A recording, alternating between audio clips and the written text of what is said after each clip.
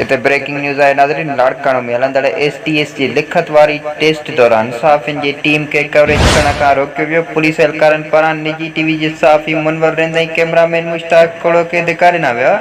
हम ख़बर आई ताईं पहुचाईंदा पिया हलूं। लाड़काणो में हलंदड़ STS जी लिखत वारी टेस्ट दौरान सहाफ़ियुनि जी टीम के कवरेज करण खां रोकियो वियो। पुलिस एहलकारनि पारां निजी टीवी जे सहाफ़ी मुनवर रहंदे कैमरामैन मुश्ताक खोड़ो खे धिका ॾिना विया। वधीक तफ़सील लाइ असां सां लाइन ते मौजूद आहे लाड़काणो मां K2K जो बेवरेज चीफ मुजाहिद मीराणी। मुजाहिद अपडेट कंदा। STS जी लिखत वारे हलंदड़ टेस्ट दौरान सहाफ़ी जी टीम खे कवरेज करण खां रोकियो वियो।